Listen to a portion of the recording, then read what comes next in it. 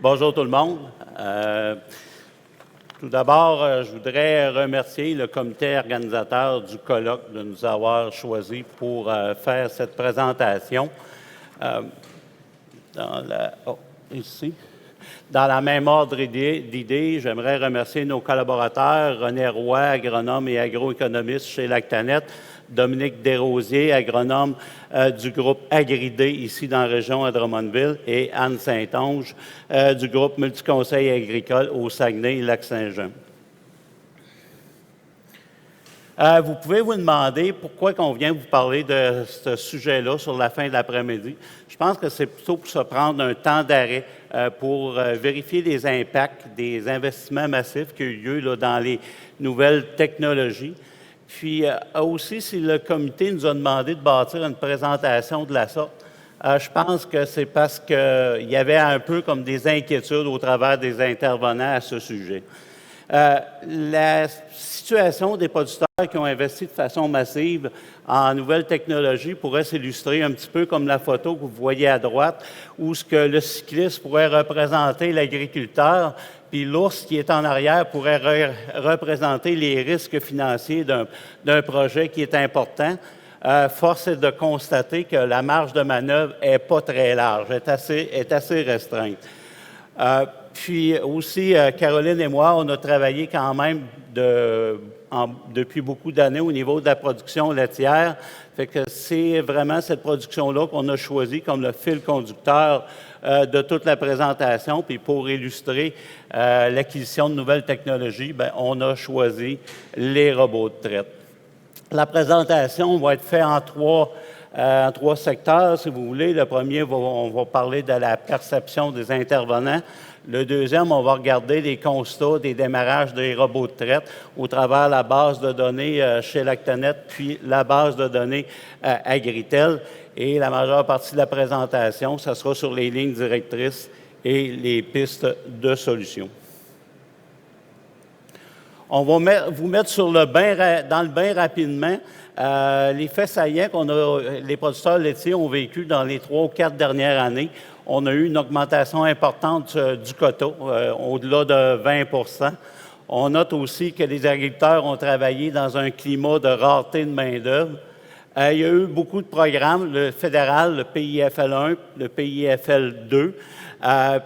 Puis, il y a aussi le volet provincial au niveau de l'amélioration du confort, du bien-être animal et de l'efficacité énergétique. Tous ces facteurs-là, ça a créé comme une multiplication de nouveaux projets et on s'est retrouvé avec des investissements massifs. On s'est retrouvé avec des hausses importantes du coût des équipements, les hausses importantes des coûts de construction, des projections budgétaires qui étaient souvent trop optimistes et puis, bien entendu, qui va avec là, des marges serrées. On parlait de l'exemple du robot de traite tantôt. On pourrait regarder, voir est-ce que le Québec est en retard par rapport à l'implantation des robots de traite. Les chiffres que vous voyez là proviennent des contrôles laitiers à la grandeur du Canada. Fait que on comprend qu'à 8 % on est la province sur une base de pourcentage qui a le moins de robots de traite. Par contre, si vous regardez la quantité de troupeaux laitiers qu'on a dans la province de Québec sur une base de troupeaux, on est quand même la province qui a le plus de robots de traite au Québec. Un petit clin d'œil au niveau des pourcentages des étables entravées, bien, le Québec est encore le champion, toute discipline à ce niveau-là, avec 85 % des fermes qui sont encore en stabulation entravée. Avant d'entrer dans le vif du sujet de la présentation, on a questionné par sondage les intervenants qui travaillent avec nous dans le milieu des productions laitières. Il y avait des conseillers techniques, il y avait des conseillers en gestion, il y avait des conseillers en financement et des autres intervenants. On voulait avoir leur perception de l'acquisition de nouvelles technologies. 65 nous ont donné une réponse à notre sondage. La majorité des conseillers avaient été consultés pour de 10 à 20 projets d'investissement. C'était la plupart du temps des projets au-delà d'1 million. Puis le sujet favori, bien, c'était l'acquisition d'un robot de traite. Au départ, bien, on va regarder un petit peu comment était la situation de la ferme avant le projet. On voit qu'on est en situation qu'on pourrait dire moyenne. Les barres jaunes, c'est ce qui prédomine le plus. Puis en position excellente, c'est quand même aussi fort dans le premier groupement. Donc, santé et gestion du troupeau, c'était très bon. Et les trois autres, organisation du travail, maîtrise des coûts et situation financière, c'était quand même très acceptable. Après ça, on va aller de l'autre côté de la clôture, tandis que quand le projet est réalisé, est-ce que les résultats étaient au rendez-vous? Ce qu'on a eu comme réponse, c'est que majoritairement oui, autant au niveau de la productivité du troupeau et de la productivité de la main-d'œuvre, c'était vraiment très intéressant comme résultat. Maintenant, Caroline, pourras-tu nous parler de l'aspect financier? C'est un petit peu différent au niveau financier.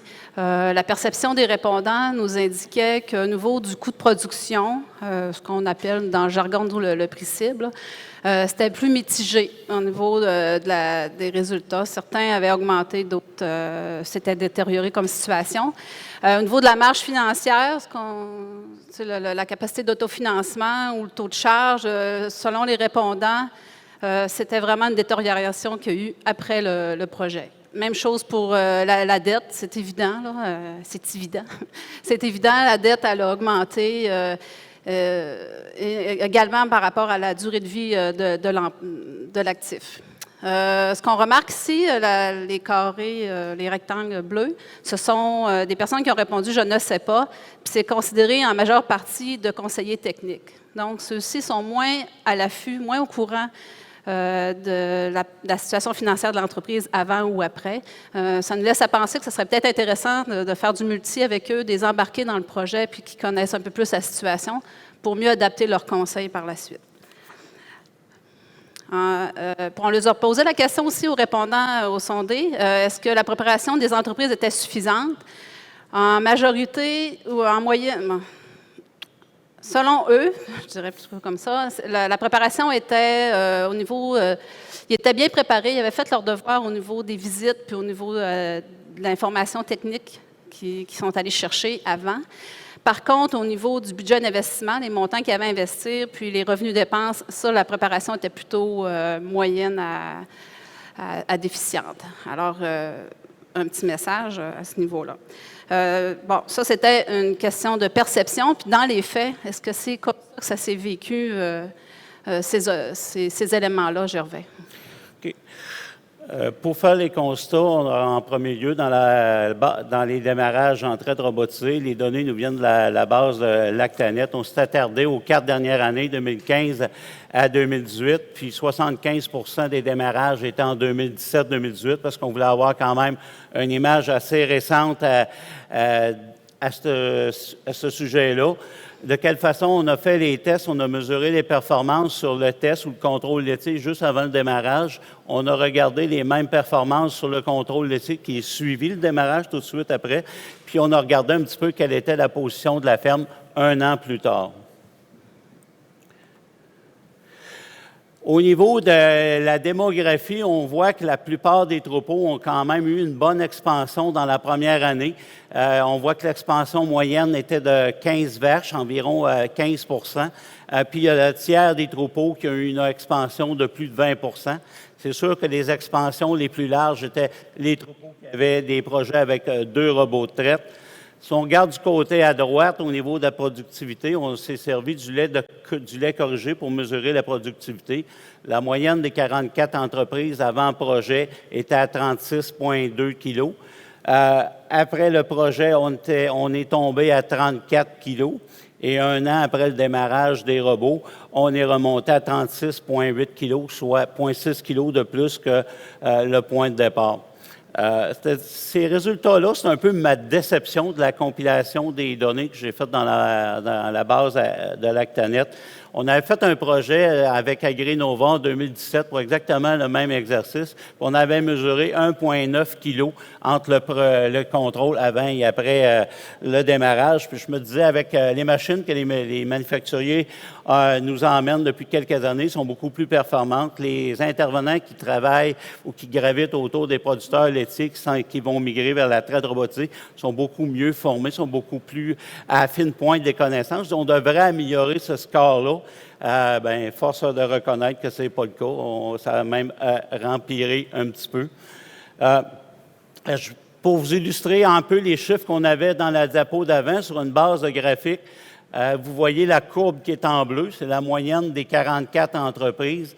La courbe qui est en vert, c'est le groupe, le 20 que ça a le mieux été, le plus 20 Et la courbe qui est en rouge, bien, c'est un peu l'envers de la médaille. C'est le groupe 20 de fin, ceux-là qui ont éprouvé le plus de difficultés.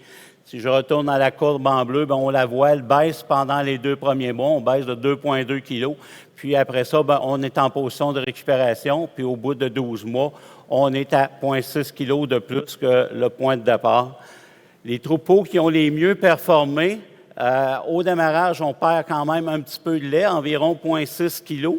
Mais l'accélération ou la période de récupération est beaucoup plus rapide, puis de sorte qu'au bout d'un an, bien, on se retrouve avec pratiquement 6 kilos de plus que la position qu'on avait au démarrage. Malheureusement, le groupe qui a moins bien été, la descente après le démarrage est beaucoup plus importante. On descend de 5,5 kilos, puis la récupération était aussi beaucoup plus lente.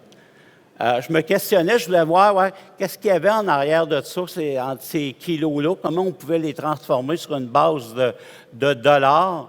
Fait que j'ai utilisé la ferme moyenne qu'on a dans la base de données, de 90 vaches en traite robotisée, puis le prix du lait moyen qu'on avait au mois d'octobre, qui était de 74 et 65 pour les retransférer en dollars. La ferme moyenne, compte tenu qu'elle a été en sous-production pendant une bonne partie de l'année, bien, on s'est privé de presque 22 000 de revenus laitiers. La ferme, le 20 qui a été le mieux, bien, la descente étant très limitée, puis on a remonté de façon rapide, on a généré du revenu en positif de 54 500 $. Puis dans le groupe, bien, qui ont éprouvé beaucoup plus de difficultés, le manque à gagner au niveau du revenu laitier, c'est pratiquement 125 000 $. C'est assez effarant de voir la différence entre le haut 20 puis le bas 20 On a quasiment 180 000 $. C'est des calculs faits avec des entreprises identiques de 90 vaches en production, puis un prix du lait identique. Fait que c'est très variable comme résultat.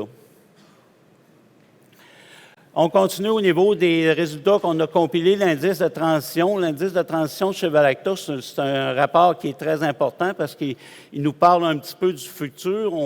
On va regarder le succès de la période de transition, comment ça a été avec les vaches en préparation au vêlage, comment s'est fait les départs en lait. C'est à ça que nous sert ce rapport-là, cet indice-là. Si un troupeau ou une vache est à plus 500, c'est signe que dans les 12 mois suivants, la moyenne devrait s'améliorer de 500 kilos. Si on regarde aux chiffres qu'on avait avant le démarrage, plus 250 kilos, donc ces troupeaux-là étaient déjà en augmentation de production, de façon légère, mais quand même, on était en ascension. Un an après le démarrage, on est tombé à 578 kilos, donc presque 300 kilos de plus. Fait que, de façon générale, l'indice de transition s'est augmenté, puis la production devrait augmenter aussi un peu. Si on va un petit peu plus loin au niveau des chiffres, il y a un quart des fermes que l'indice de transition a baissé pendant la première année au robot. Puis si je vais chercher le lait corrigé de ces fermes-là, c'était moins 3,8 kilos. C'est-à-dire que quand on a une détérioration de l'indice de transition, c'est très lourd de conséquences au niveau de la production, puis probablement que c'est une cause ou une réponse à la non-performance qu'on avait dans le groupe précédent. Les CCS, de façon rapide, peu de changements avant et après le démarrage, une légère amélioration après un an.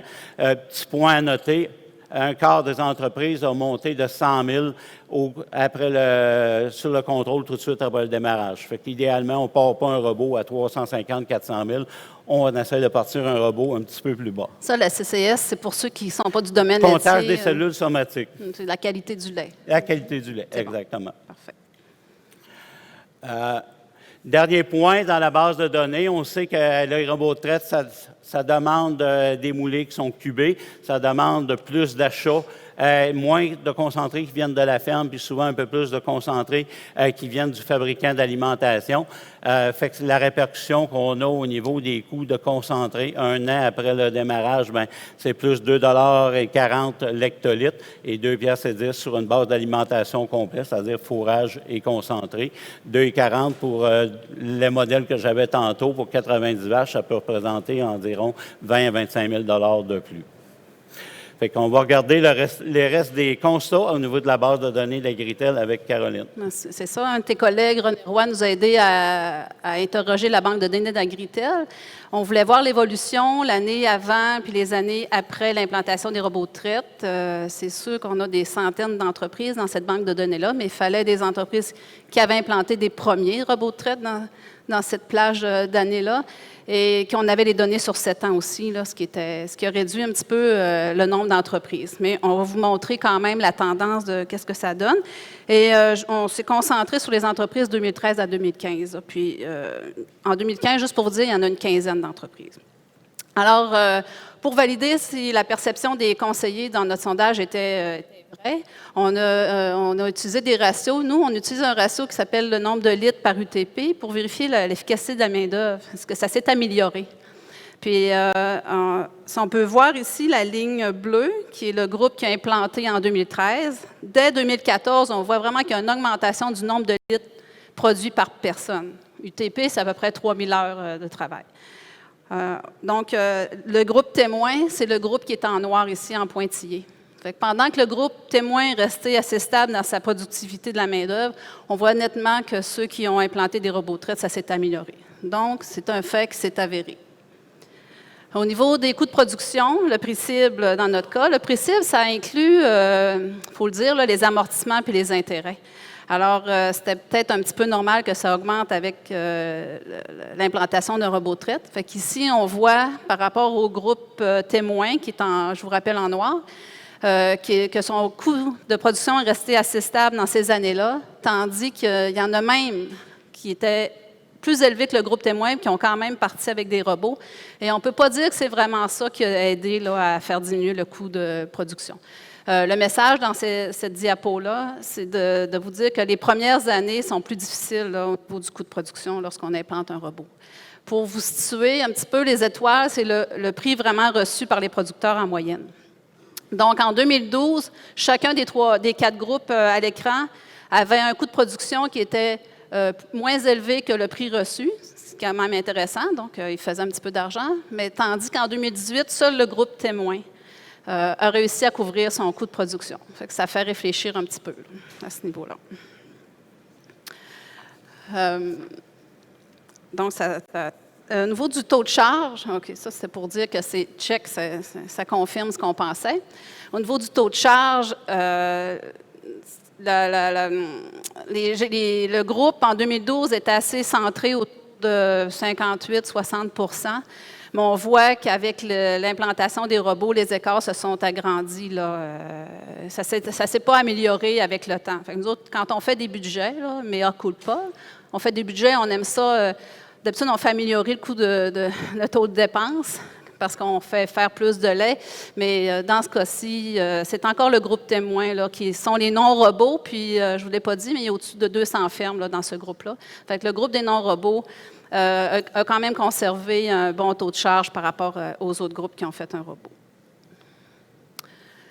On va essayer de faire un point positif. Alors, au niveau des salaires, nous autres, on y va en pourcentage dans les groupes conseils. Là.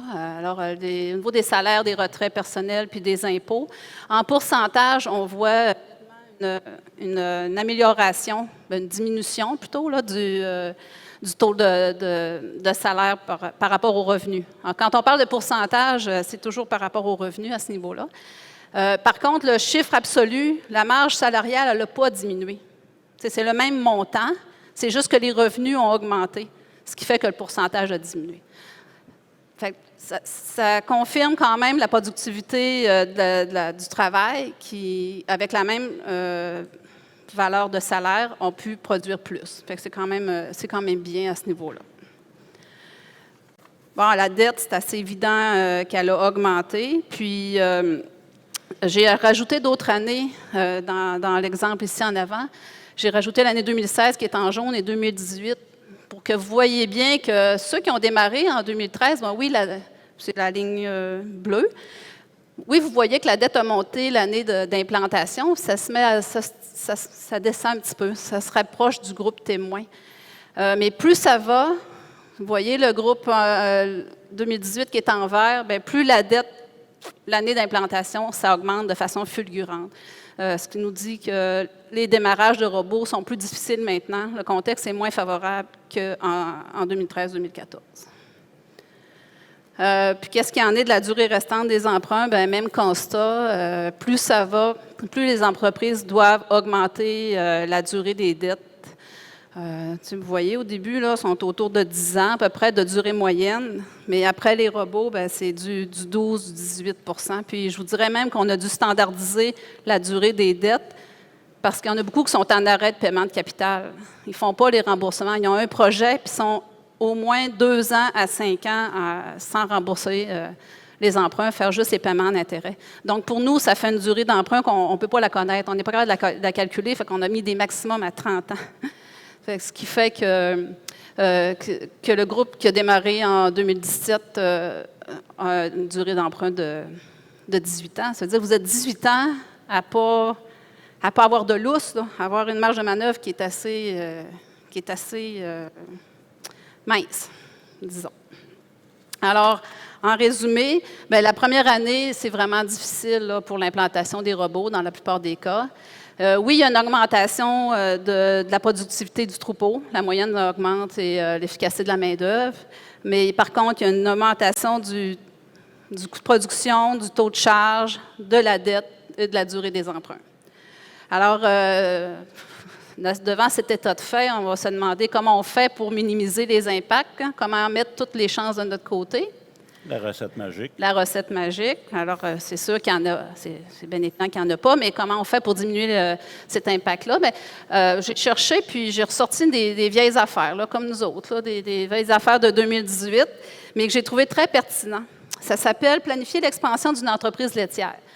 Bon, il n'y a pas juste des producteurs laitiers ici dans la salle ou des intervenants qui travaillent dans ce domaine-là, mais donc on pourrait dire que c'est planifier l'expansion d'un projet, mais pas juste l'expansion, planifier un projet tout court, là, ça serait un titre excellent. Puis je vous invite à consulter ce guide qui a été fait par Valacta dans le temps et Lactanet maintenant, puis il est disponible sur le site du CRAC, puis ça coûte gratis. Fait que je vous invite pas juste les producteurs à aller le voir, puis moi-même, j'ai redécouvert ce guide-là, puis ça m'a fait une réflexion comme quoi je ne prenais peut-être pas assez le temps encore, parce qu'on est pressé à cause de tous les programmes, je ne prenais peut-être pas assez le temps de voir toutes les étapes avec les producteurs. Fait que je vous invite fortement à le consulter.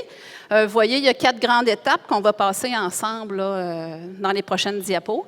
La première étape qui est l'identification du projet. Ce que j'ai trouvé le fun, c'est que ce matin, il y a eu des conférences, cet après-midi aussi, qui soulignaient l'importance d'identifier le besoin, d'aller voir vraiment qu'est-ce qui motive les producteurs à faire des projets. Ça peut être pour répondre à une problématique. Souvent, les robots, ça peut être une problématique de main-d'œuvre ou il faut construire des nouvelles bâtisses, fait que tant qu'à y être, on va mettre un robot. Ça peut être aussi parce que j'ai besoin de grossir l'entreprise, j'ai besoin de projets. Le voisin le fait, il faut que je le fasse aussi. Il y a une opportunité qui se présente, je vais acheter la terre du voisin. Fait que, allez voir c'est quoi le besoin qui peut motiver cet achat-là.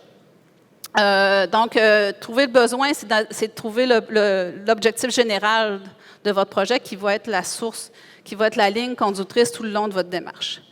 Alors, vous connaissez tous la technique du pourquoi. Fait que moi, j'ai pris un exemple. Donc, j'ai une cliente qui vient me voir, puis elle veut installer un robot de traite. Puis, je lui demande, pourquoi tu veux installer le robot de traite? C'est pour que la traite soit plus facile. Puis, pourquoi tu veux qu'elle soit plus facile? Mes parents, bientôt, vont prendre leur retraite. Puis, je vais me ramasser tout seul. Fait qu'il faut qu'elle soit plus facile et qu'elle soit moins longue aussi. Donc, ton besoin, c'est vraiment de diminuer ton temps de travail puis de rendre le travail physique moins important.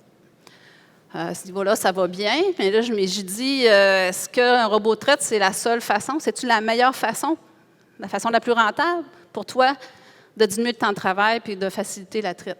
Il y aurait peut-être d'autres options qu'on pourrait regarder ensemble. Mécaniser les autres. C'est-tu le temps de travail, de traite, pardon, qui est l'opération la plus longue chez vous, où on pourrait sauver du temps en mécanisant l'alimentation, le nettoyage? Tu pourrais engager un travailleur étranger. On l'a vu ici tantôt, là, que c'était une des solutions privilégiées dans bien des cas. Parce que ce n'est pas le robot de traite qui va te donner des fins de semaine de congé puis une semaine de vacances non plus. Puis, tu pourrais mettre un robot pour les vaches attachées aussi. Tu n'aurais pas besoin de t'en faire une bâtisse qui, dans les fêtes, c'est ça qui coûte cher. Ce n'est pas la nouvelle technologie.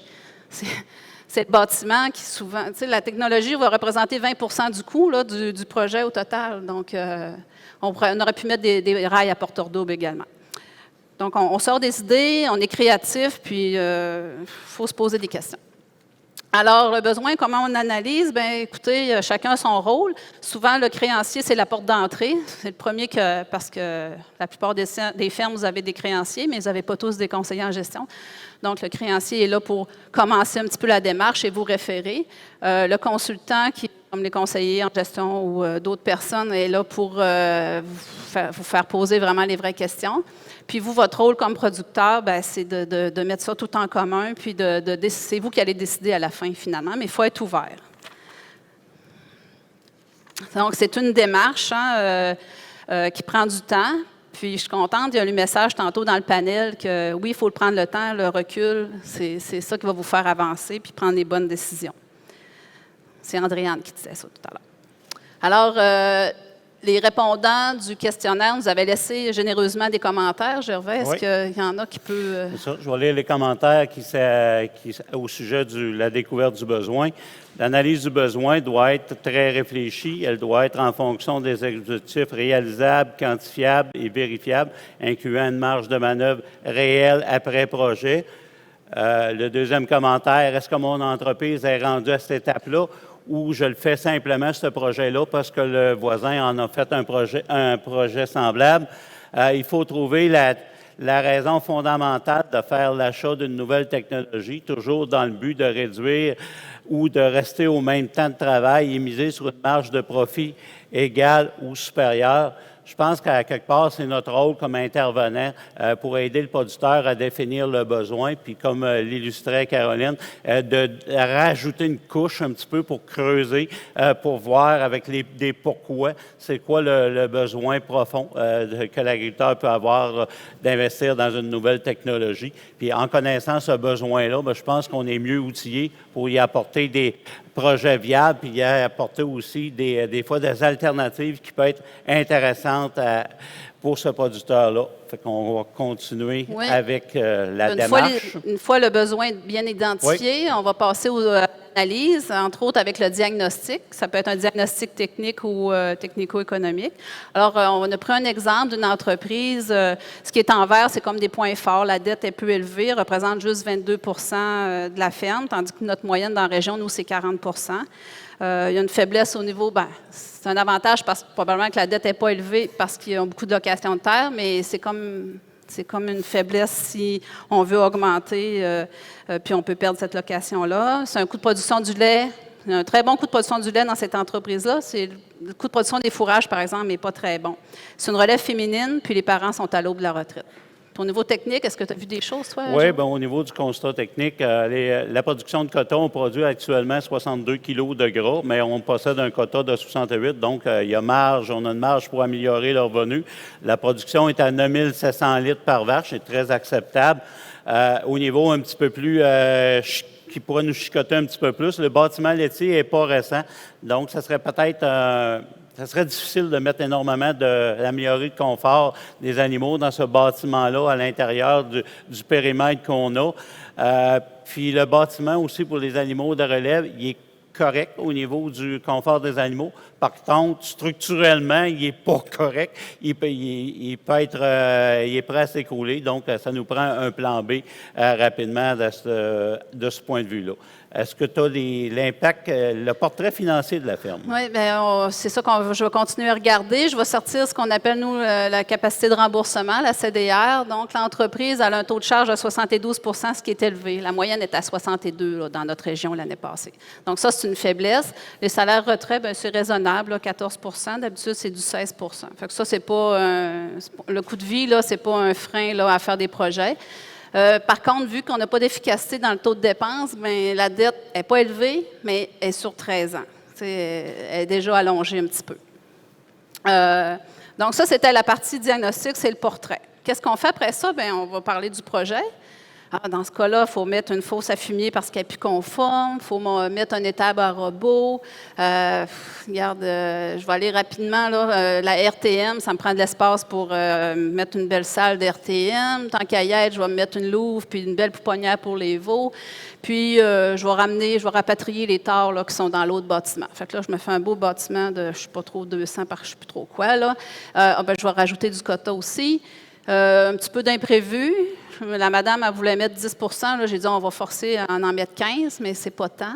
Puis, as-tu besoin d'une génératrice? Ça arrive souvent. Ça arrive souvent, mais là, on ne l'avait pas prévu. On la paiera avec les imprévus. Fait que je suis quand même à presque 8 millions pour un projet. Là, je ne fais pas 100 vaches de plus avec ça. Là.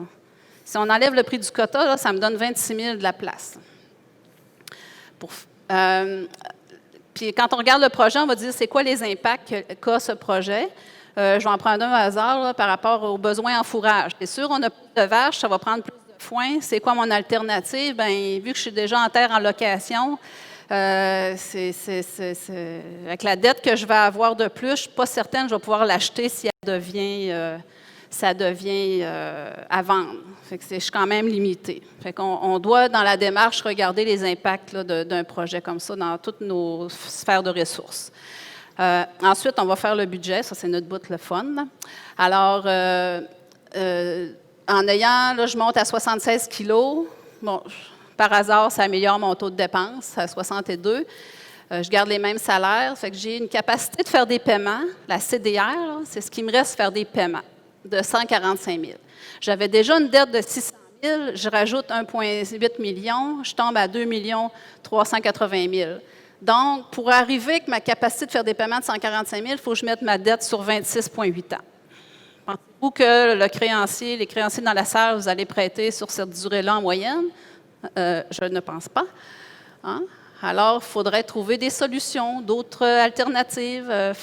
Alors, d'ici à combien mon taux de dépense faudrait qu'il diminue pour que ça arrive? Je vais aller rapidement. Bien, toutes choses étant égales par ailleurs, là, avec les revenus, bien, il faudrait que je baisse à 52 52 c'est le groupe de tête. J'étais au début à 72. Je ne suis pas sûre non plus que le créancier va me croire avec mon budget. Est-ce que je peux... fait que là, ça va me permettre, c'est ça, de mettre la dette sur une durée comme il faut, là, correcte de 18 ans.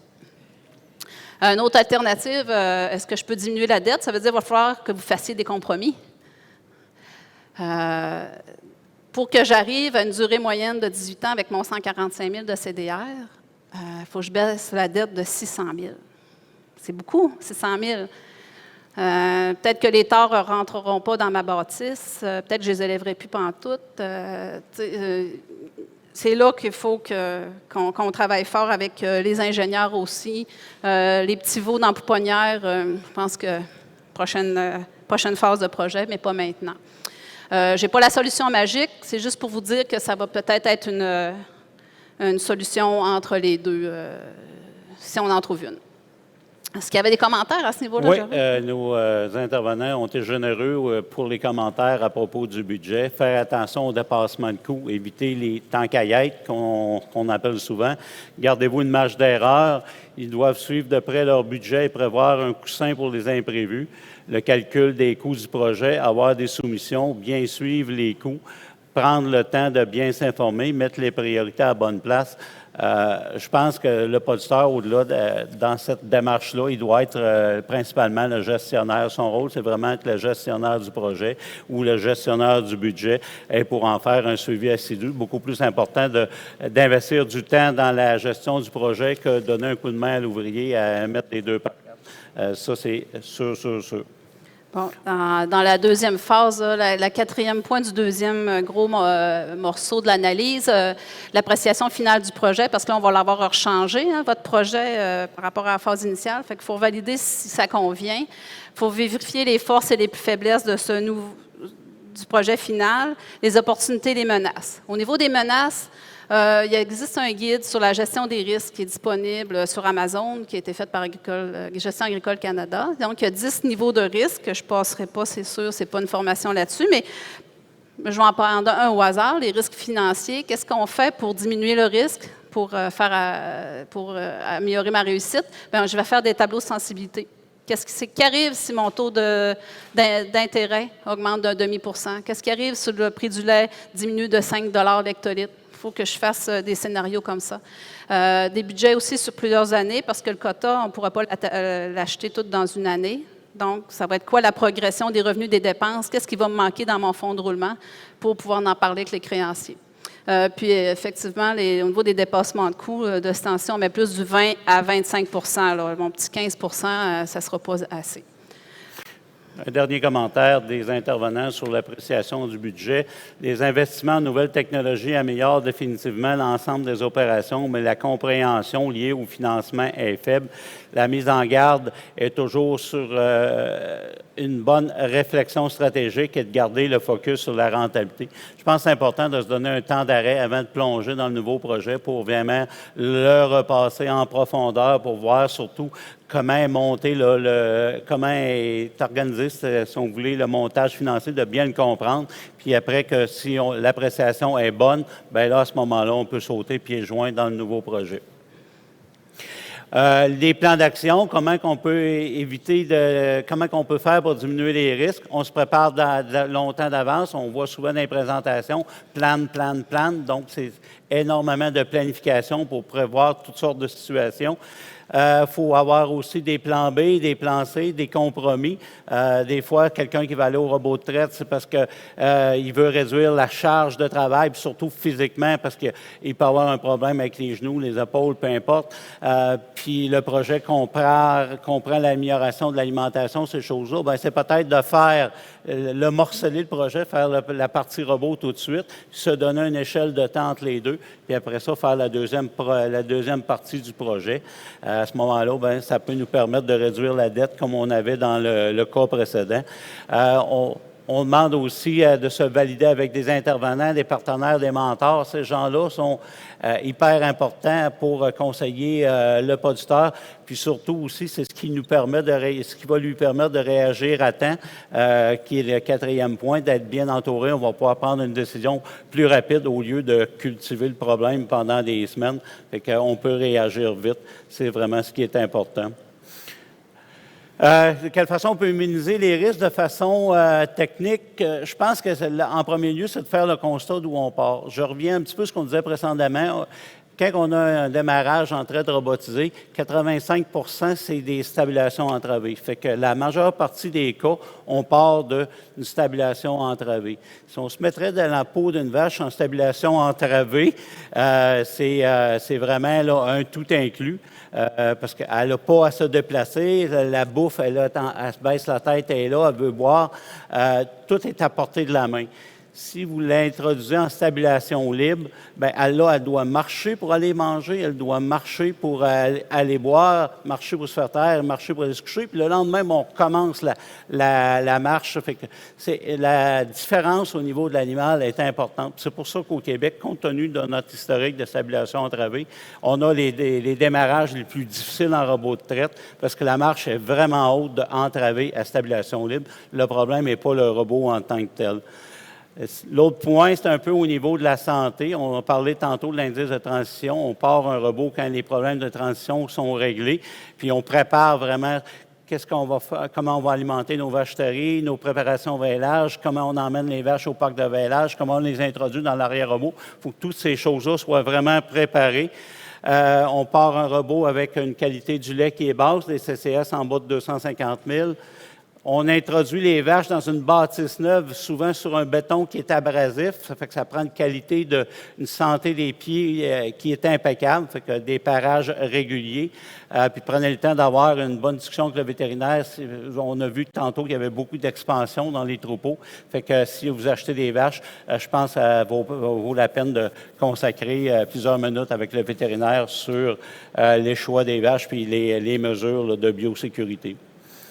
En résultat, cette diapo-là pourrait résumer tout ce que je venais de dire d'avant. En général, c'est ces vaches-là qui vont payer le projet de 1,4 million. C'est ces vaches-là qui vont payer le projet de 2,2 millions.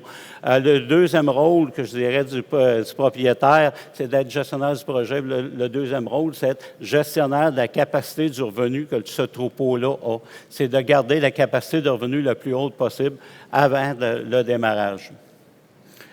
Alors, au niveau de la troisième étape, on est dans l'action, le plan d'action. C'est quoi un plan d'action? Bien, c'est là que vous allez décortiquer votre projet, puis qui fait quoi, quand, comment et pour quand, OK? L'important, ça va être aussi de vous rencontrer, votre équipe de travail, régulièrement pour faire le point, pour voir s'il y a des choses qui achoppent, qui bloquent, puis trouver des solutions rapidement. Ensuite, arrive la mise en œuvre et le suivi.